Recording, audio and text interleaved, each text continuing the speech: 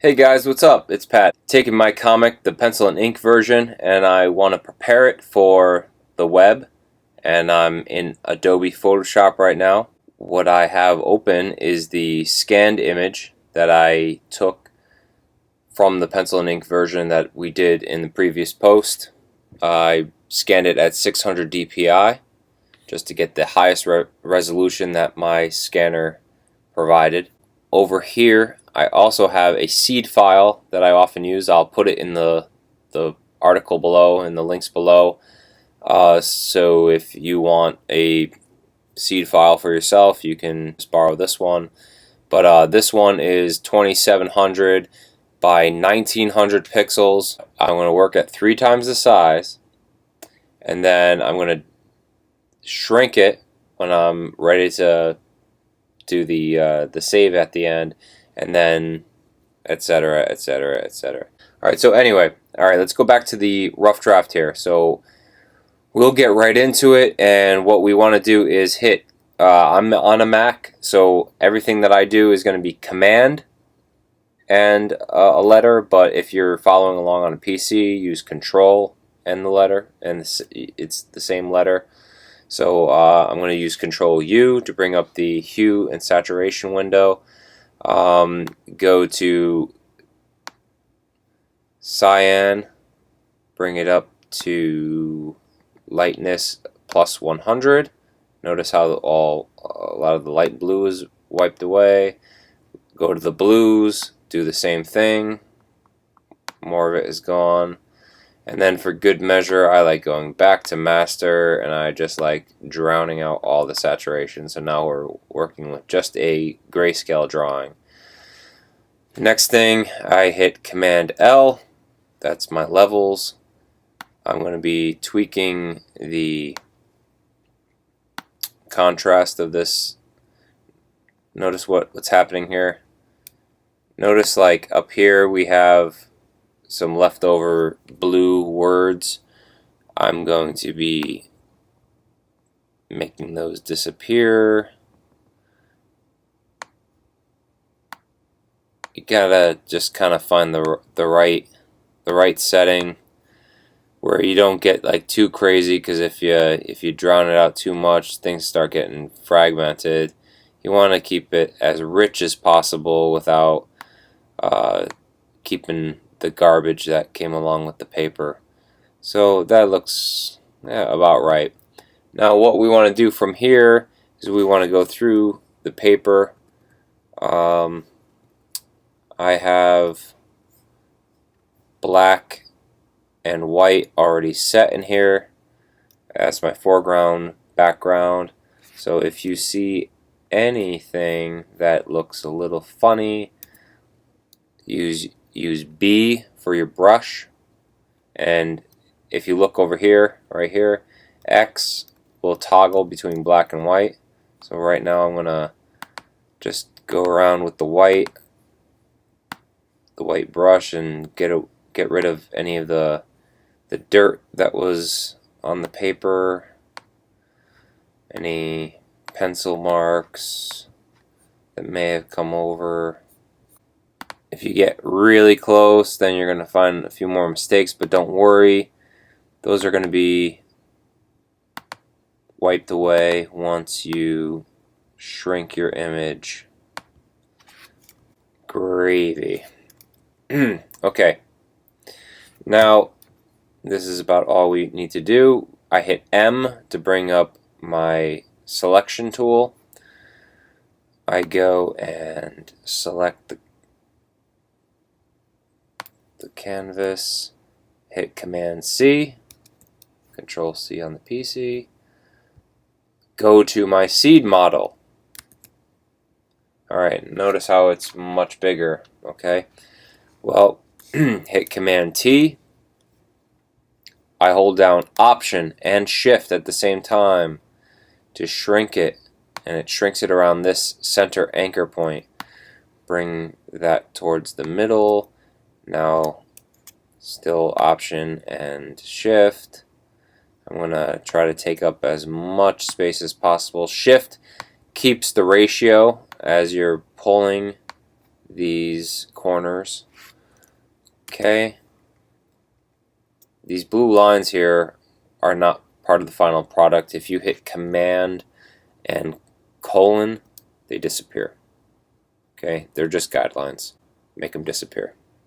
Okay, great. So we have layer 3. I'm going to change the name of it. I'm just going to call it outline. Hit Command J to make a copy. Hit Command J again. I'm going to make that bottom layer disappear. That's just going to be my base copy just to keep safe in case I mess up somewhere along the line. The top layer is going to call black and white. I'm going to switch it to multiply. That makes all the white parts see-through. You'll see in a bit what that means.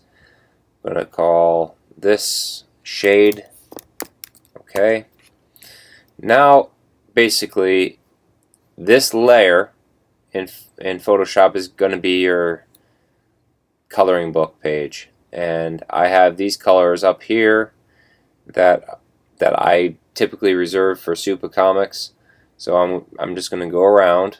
I hit G, or I could go over and select the paint bucket tool, G. Then you just go up here with the eyedropper and pick the color that you want, and you just go nuts. Start picking things that you want to color in. Every once in a while you're going to find an area that maybe wasn't completely sealed in with black ink, and you're going to have to close it in with your brush tool, with a black color. But you just go around and find those spots.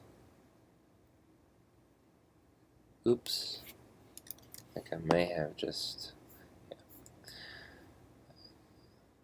Oh, see, there's an example. Like right there, I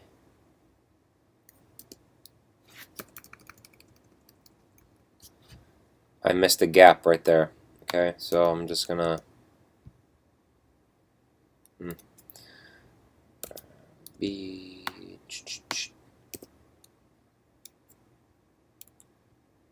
There we go.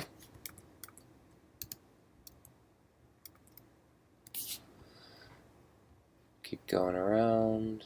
Okay, I jumped ahead a little bit. Went ahead and colored more of the characters, and I'm just gonna hit up this one spot. I'm just gonna show you when I do something a little more complicated out of the realm of my comfort zone, I like to just create a new layer. So I'm just gonna select this area right here, create a new layer, and what I want to do is make something that looks like a reflection.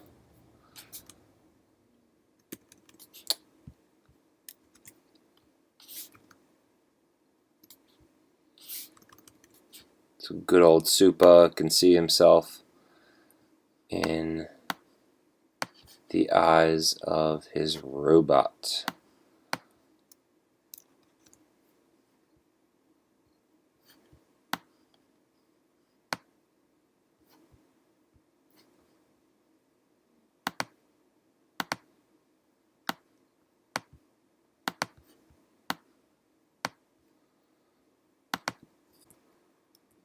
Nothing too complicated there, but it just gives a better reflective look, that's all. Alright, so now we have that. I'll just name that reflection so I know what the heck it is later.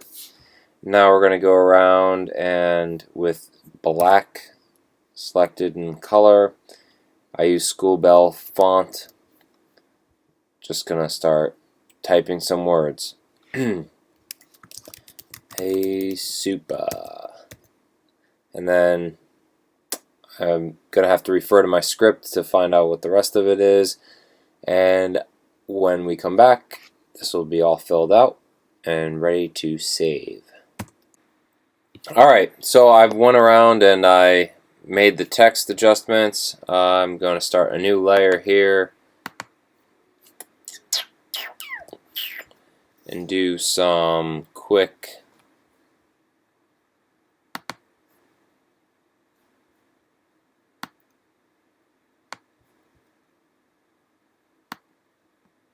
speech lines.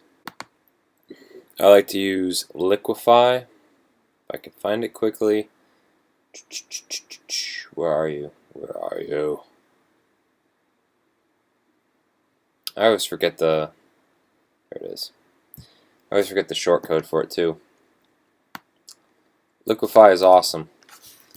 It allows me to change these shapes into nice, organic, flowy curves. Bam. Now we have that. Okay. So now we are all set. We have our comic, we have our color, we have our speech, we have our lines. Everything is laid out. So what do we do? Well, first save it. Okay. Now on a Mac, it's Command Option Shift S. We are saving for the web and devices. Actually, correction. First we have to go Command Option I and set the width and height. Just set it for 900. That's the width that I prefer. Now do the Command Option Shift S for save for the web. I save as ping 8. It gives a nicely sized file with minimal degradation of the artwork that you just worked on. So save it, find the file.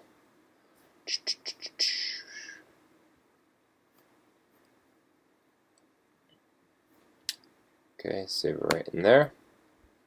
And you are good to go, my friend.